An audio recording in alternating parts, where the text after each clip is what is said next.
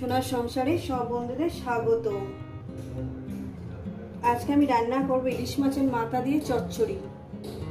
ইলিশ মাছের মাথা দিয়ে চচ্চড়ি করার জন্য আমি এখানে 4 টুকরো ইলিশ মাছের মাথা লবণ আর হলুদ ছড়িয়ে রেখেছি।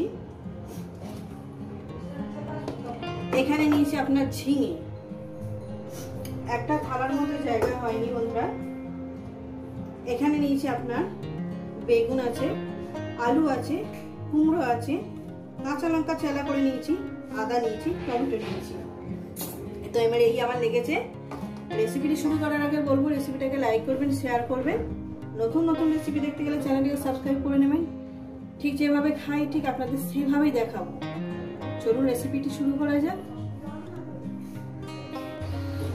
তো বন্ধুরা, আমি গ্যাস ধরিয়ে দিয়েছি, কড়া আমি বসিয়ে দিয়েছি, কড়া আমার গরম হবে।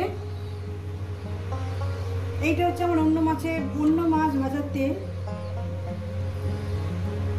তেলটা আমার গরম হয়ে গেছে, আমি মাছের মাথাগুলো দিয়ে দেবো।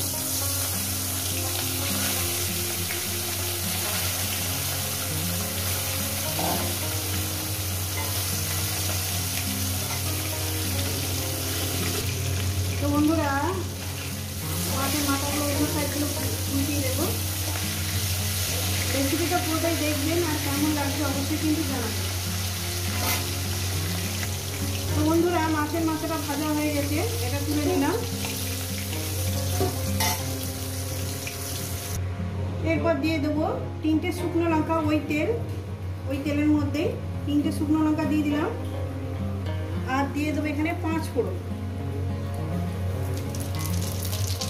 দিয়ে দিলাম। কয়েক সেকেন্ড একটু ভেজে নেব। কয়েক সেকেন্ড ভেজে নিয়েছি। এরপর কি করব, একে একে করে আলুগুলো দিয়ে দেবো।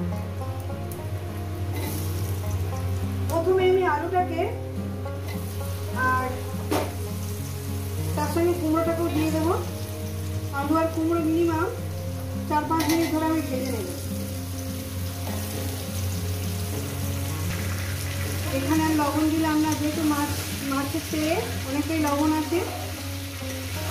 এটাকে 4-5 মিনিট ধরে আমি এটাকে ভেজে নেব এইভাবে। গ্যাস কিন্তু মিডিয়ামে রাখবেন। তো বন্ধুরা, আমি ফিরছি প্রায় 6 মিনিট পর। এখন দিয়ে দেবো আপনার ঝিঙে দিয়ে দিলাম। ঝিঙেটাকে দিয়ে আরও আমি 3-4 মিনিট এটাকে রান্না করব। আপনারা দেখবেন আমি সব সবজি কিন্তু একসঙ্গে চাপিয়ে দিচ্ছি না, বা রান্না একেবারে দিয়ে আমি নেড়ে রান্নাও করছি না। এটাকে আমি 3-4 মিনিট ভাজবো। এর মধ্যে দিয়ে দেবো স্বাদ মতো লবণটা দিয়ে দিলাম। ভাজবে, যত সুন্দর করে ভাজবেন, সবজি ভেজে নেবেন, ততটাই টেস্টি হবে।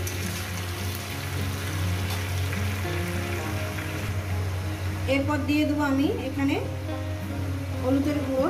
গ্যাস কিন্তু মিডিয়ামে করা আছে বন্ধুরা। হলুদের গুঁড়ো,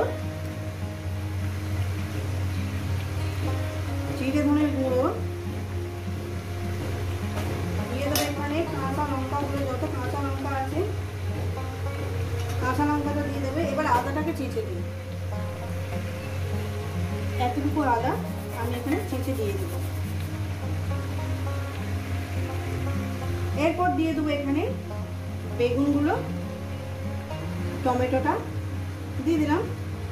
এরপর এখানে আস্তে আস্তে করে এইভাবে নাড়তে থাকবে। আপনাদের কেমন লাগছে কিন্তু অবশ্যই কিন্তু কমেন্ট করে জানাবেন বন্ধুরা। এবার এই মুহূর্তে আপনারা গ্যাসটাকে লোতে করে দেবেন, একদম লোতে করে দেবেন। লোতে করে দিয়ে আস্তে আস্তে জিনিসটাকে রান্নাটা করবেন, খুব সুন্দর লাগবে খেতে, খুব সুন্দর লাগবে। তো আমি এখানে এইভাবে যেভাবে রান্নাটা করছি সেইভাবে রান্নাটা করবেন। আর এখানে একটু জল বেরোবে, মানে যাতে জল বেরোয়, ওই জন্য এখানে আমি একটু কভার করে চাপা দিয়ে দিলাম। গ্যাসটা আমি একদম লোতে করে দিচ্ছি।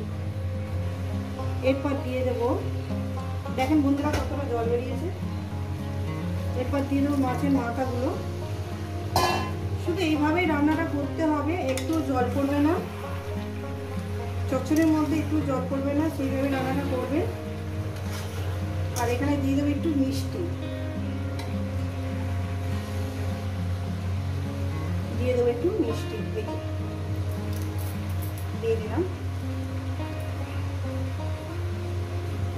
বন্ধুরা আর চাপা দেবো না, দেখছেন কতটা জল বেরিয়ে গেছে।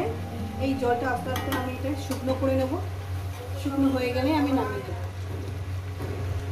তো বন্ধুরা আমার চচ্চড়িটা পুরো রেডি হয়ে গেছে। দেখেন বন্ধুরা, এটা আপনার প্রায় 10-12 মিনিট টাইম লেগেছে। তো চচ্চড়িটা আমার হয়ে গেছে, নামিয়ে দেখাচ্ছি।